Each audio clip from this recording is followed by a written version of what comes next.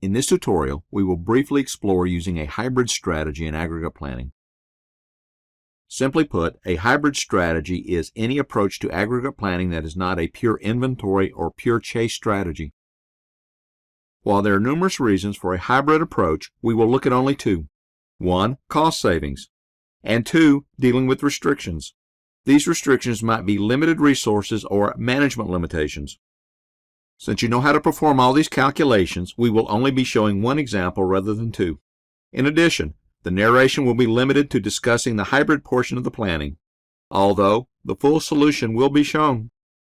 Also, these examples will be planned over 4 quarters rather than 8 periods. This is, in part, to illustrate that the planning period does not have to be of any particular length. In this first example, we will look at using a hybrid strategy to lower cost. Demand is 1,000 in quarter 1, 1,700 in quarter 2, 1,100 in quarter 3, and 1,700 in quarter 4. Regular time production costs $11 per unit and has a capacity limit of $1,300 per quarter. Overtime production costs $17 per unit and has a capacity limit of $200 per quarter.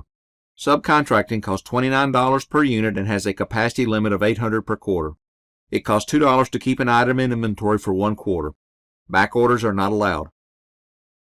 To use the pure chase strategy, we produce 1,000 in quarter 1, 1,700 in quarter 2, 1,100 in quarter 3, and 1,700 in quarter 4. The plan is shown on the slide. You can immediately see that this approach has 2 significant problems. 1. Not all of the cheapest regular time production is used in quarters 1 and 3. 2. In quarters 2 and 4, we must use the most expensive subcontracting option. The total cost of this plan is $79,700. To use the level strategy, we must produce 5,500 divided by 4 equals 1,375 per quarter. The resulting plan is shown on the slide. As you can see, no subcontracting is used, so costs are significantly lower. This plan costs $63,800, a savings of almost $16,000. However, we can do better. In quarters 1 and 2, we need 2,700 and produce 2,750. There's no need to carry that extra 50 in inventory through the low demand in quarter 3. Additionally, we produce 75 in overtime in quarter 1, but do not use them until quarter 2, so we carry them in inventory for an unneeded extra quarter. However, we want to continue producing the full 1,300 in regular time in quarter 1, since it is cheaper to make it then at the lower regular time rate and keep it in inventory for 1 quarter than to make it in quarter 2 in overtime. So, reducing the overtime production from 150 to 100 and producing it all in quarter 2 would reduce costs. Likewise, in quarters 3 and 4, we produce in overtime in quarter 3 just to carry it in inventory until quarter 4, when there is adequate overtime capacity in quarter 4 so we can shift all of the overtime production to quarter 4. The slide shows the resulting hybrid plan. Regular time, overtime, and subcontracting costs all stay the same from the level strategy. However, inventory costs drop from $1,500 to $1,000 for a $500 savings. In this next example, we will look at a management policy restriction that results in an artificial capacity limit.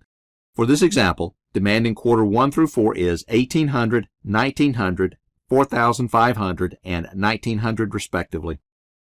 Regular time production costs $10 per unit per quarter and there's capacity to produce 2,000 per quarter. Overtime production costs $19 per unit and there's capacity to produce 1,000 per quarter. However, there is a management policy that prohibits the use of overtime unless demand exceeds regular time capacity by 50% or more in that quarter. Subcontracting costs $45 per unit with no capacity limit. It costs $3 to hold an item in inventory for 1 quarter. Back orders are not allowed. The problem does not give a lot of guidance for finding a solution. However, with regular time production being the cheapest and there not being a prohibition, it makes sense to use the maximum amount each quarter, or 2,000. However, there's no need to do that in quarter 4 since we only need 1,900 in that quarter and cannot back order. That produces 7,900, leaving 10,100 minus 7,900 equals 2,200 to be produced. These are all needed in quarter 3 with no back orders allowed. It makes sense to produce the maximum amount at overtime since it is cheaper than subcontracting. That is 1,000. That leaves 2,200 minus 1,000 equals 1,200 to be subcontracted in quarter 3. That plan is shown on the slide and costs $153,500. However, the use of the expensive subcontracting is solely due to a management restriction on overtime use and not on any physical limit.